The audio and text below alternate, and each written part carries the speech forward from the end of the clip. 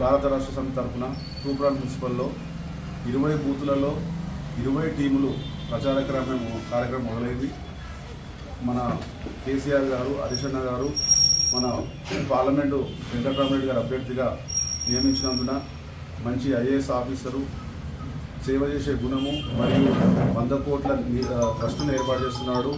ప్రతి కాన్స్టిట్యున్సీలో కూడా స్టడీ సర్కిల్స్ను భోజనం పెట్టి స్టడీ సర్కిల్ పెడుతున్నాడు. మరి అలాగే ఫంక్షన్ హాల్స్ కూడా పెడతానని హామీ ఇస్తున్నాడు.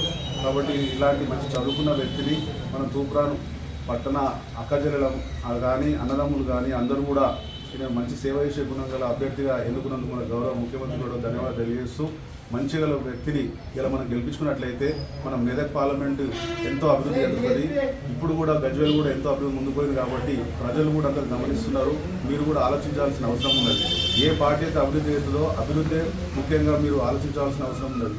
మేము ముందుకు వస్తున్నాం విషయం కాకుండా అభివృద్ధికి చూసి ఇవాళ కేసీఆర్ గారు అభ్యర్థి నియమించిన వెంకటరామరెడ్డి గారికి భారీ మెజార్టీతో గెలిపించి ఇలా మెదక్ పార్లమెంటుగా మనము పార్లమెంటు పంపించినట్టయితే మన మెదక్ పార్లమెంటు గత ఆయన ఇచ్చిన హామీ ప్రకారం 1 సంవత్సరం లోపే మెదక్ పార్లమెంటును ఒక అభివృద్ధి దిశలో తీసుకుపోతాడని మనకు తెలిసింది. కాబట్టి ఆయన భారీ మేరతో గెలిపించవలసిందిగా తూప్రాన్ మున్సిపల్ అన్నదమ్ముల అరకాయలకు అందరికీ తెలుస్తున్నాం. భారతీయ రాష్ట్ర సమితి పార్లమెంట్ ఎన్నికల సందర్భంగా ఈరోజు 12వ బూత్ నుంచి మొత్తం 20 బూతుల 20 టీములు ఇలా 12వ బూత్ నుంచి మొదలుపెట్టాము.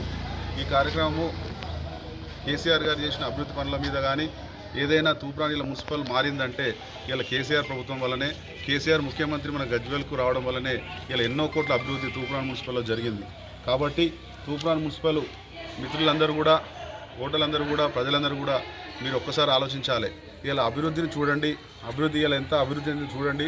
ముందు తీసుకెళ్లే మన వెంకటరామరెడ్డి గారు కూడా ఇలా సేవ చేశాల ఉద్దేశంతో ఇలా 100 కోట్ల ట్రస్ట్ పెట్టి, స్టడీ సర్కిల్స్ పెట్టి, మరియు ఫంక్షన్ హాల్స్ పెట్టి, పేదలకు అందరికీ చదువుకున్న వాళ్ళకు కూడా సేవజన ఉద్దేశంతో ఇలా మన మెదక్ పార్లమెంట్ అభ్యర్థిగా నిలబడుతున్నాడు. గౌరవ ముఖ్యమంత్రి కేసీఆర్ గారు, హరీష్ రావు గారు కూడా ఈయన మంచి అభ్యర్థిగా ఉంటాడని ఈయనను నిర్ణయించిండు. కాబట్టి ఇలా భారీ మెజార్టీతో గెలుచుకోవాల్సిన అవసరం ఉన్నది.